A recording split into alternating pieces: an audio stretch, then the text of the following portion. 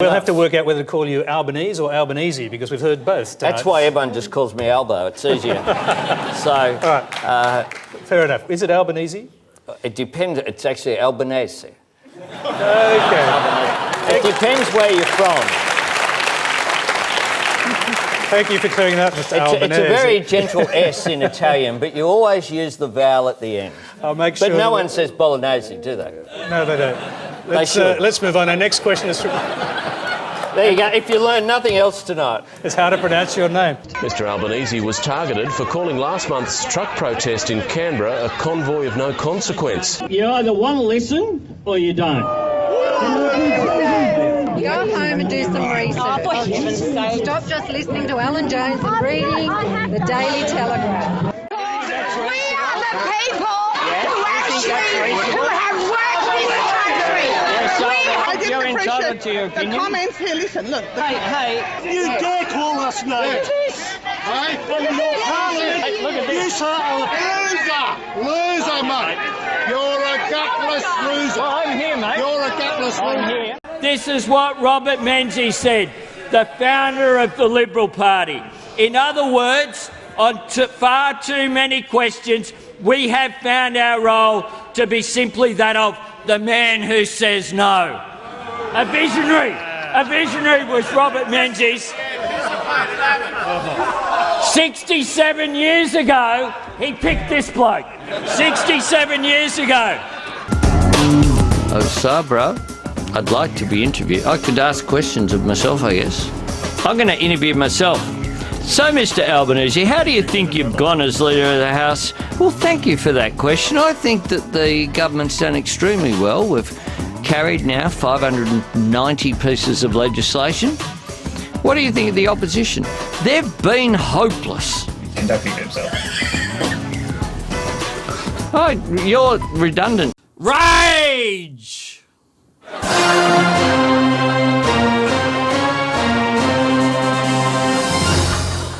Okay, true or false? The fact that you're on this show 3 days out from the election means you don't actually think you can win. True. Correct.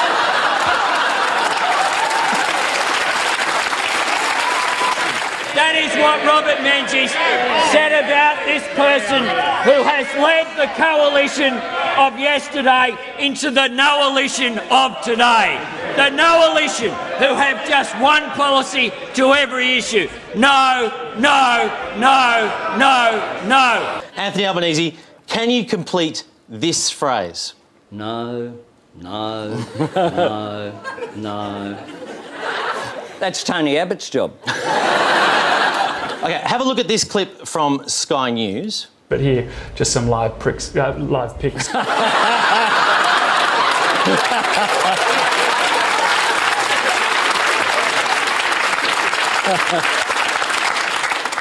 Was Sky News right, A, both times, or B, just the first time? The perils of live TV. Correct, or I'll give you that. Complete this phrase. We've got to stop the... Tories. I'll give you that, yeah, no worries. It's gone down.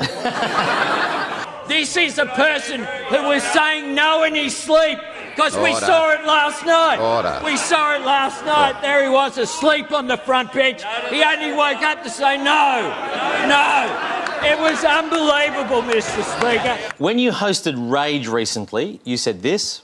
As Deputy Prime Minister, you get to do a lot of things that you don't particularly want to do, but you have to do.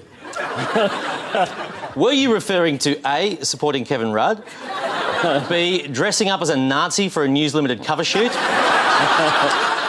or C, reclining awkwardly on the Rage couch? Coming on this show. I'll give you that too, no problem. All right. At the Labor launch, you spent quite a bit of time describing Tony Abbott. Just too small. What were you talking about there? The length of his fuse. OK, I'll give you... Coming up as Nirvana, who I got to see what was then this obscure band, but there was a real buzz about them, at the first ever Big Day Out.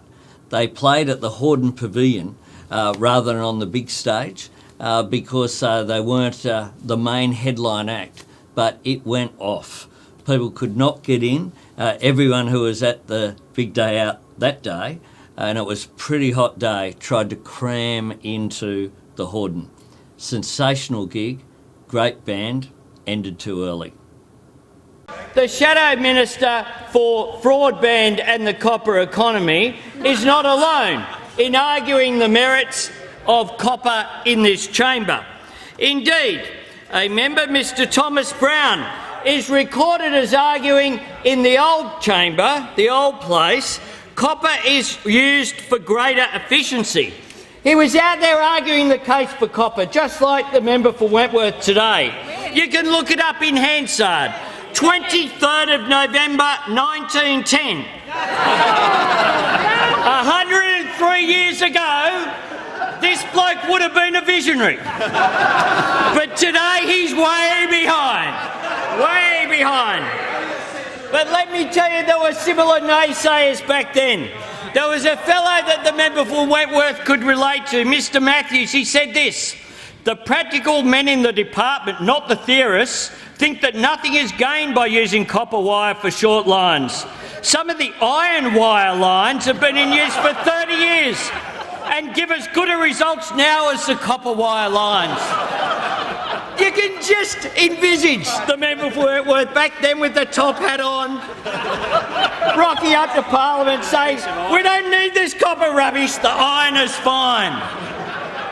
Just like today, he argues we don't need the fibre, the copper is fine.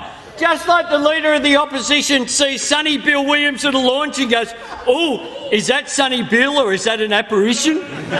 I wanted to also especially thank Anthony Albanese, is that how you say his name? Yeah, the Minister of Transportation. He was so good to make sure that we got my buses here. I hear there was quite a bit of press about that. So I don't know if he's here today. If he is, if he'll come up here, I'll smear lip gloss all over him.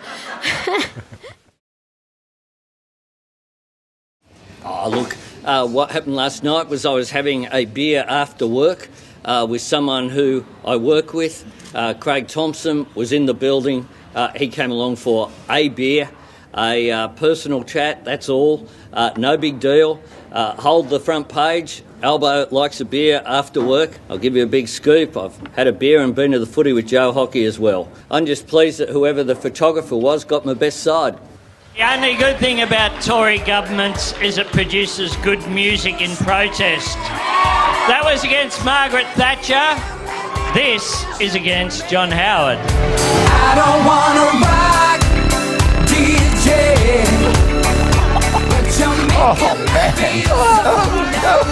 Eric Betts says it does raise serious questions, and it's not. It's sort of going against Labor's message of being a new and reformed party. I don't take Eric Betts seriously.